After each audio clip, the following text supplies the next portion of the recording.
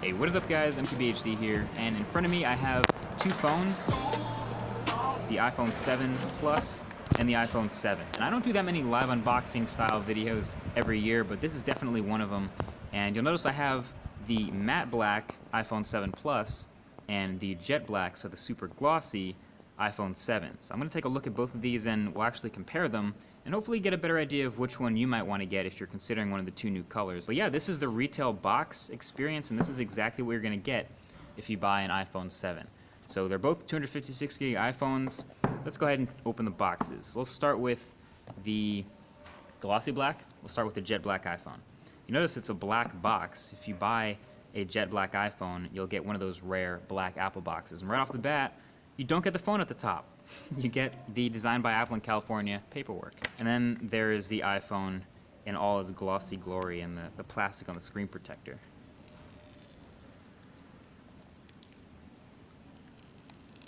And that is about as fingerprint free as this iPhone will ever be, but there it is. And we'll go ahead and put this on the side and see what we get in the box.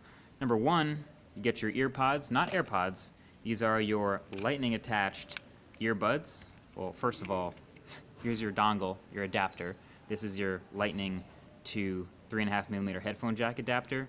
And it's $9 if you lose this, but it's sold in the Apple Store. And then yeah, these are your lightning earbuds. You can see with the lightning connector right there. You will get a lightning cable to connect to your computer, connect to iTunes if you ever decide to do that, and your wall adapter. So let's go ahead and move on and get the matte black iPhone out the box, because I have a feeling it's going to look very similar inside, but let's go ahead and make sure. So again, no phone at the top, paperwork. Move that to the side, and you get the iPhone. So matte black obviously looks super clean as well. This is a phone that is going to show fingerprints too, but not in quite the same way as the super glossy iPhone. On the larger phone side, you do have the dual cameras on the back that we showed in that first hands-on video. And then of course, if you compare it to another bigger phone like say the Galaxy S7 Edge, you'll notice it's still a lot bigger because it carries that much bigger bezel. I'm gonna actually boot this one up and see what we get as far as iOS 10's first boot. But yeah, it's still carrying a big old forehead, big old chin, the new capacitive home button, and I can confirm that when it's off, it doesn't move at all, which is kind of an interesting sensation. Let's go ahead and boot into iOS 10 and set it up for the first time. I speak English. Hey Siri.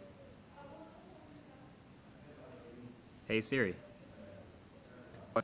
Okay, so this is definitely a new step. It's telling me to meet the new home button. So obviously on the iPhone 7, you have the home button that does not move. It's just a piece of glass and it's pressure sensitive. So when we get started here, we'll be able to choose how much, I guess, pressure feedback or with the Taptic engine will feel when we press it. So 3 is a really firm click response. 2 is a default somewhere in the middle. The whole phone seems to be vibrating still, but it doesn't quite replicate a normal press. And then 1 is really light. That's almost like I don't know if I'm pressing it or not.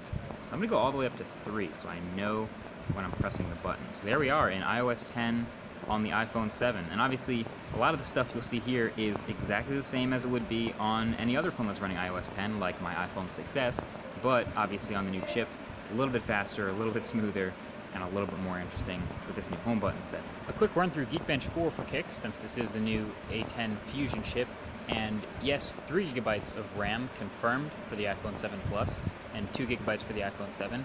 But yeah, you can see the final score is pretty great, especially the multi-core, right up there, actually above Snapdragon 820 devices. But yeah, there you have it. That is your first look at the iPhone 7 in your jet black and your matte black, and a good look at the differences between them.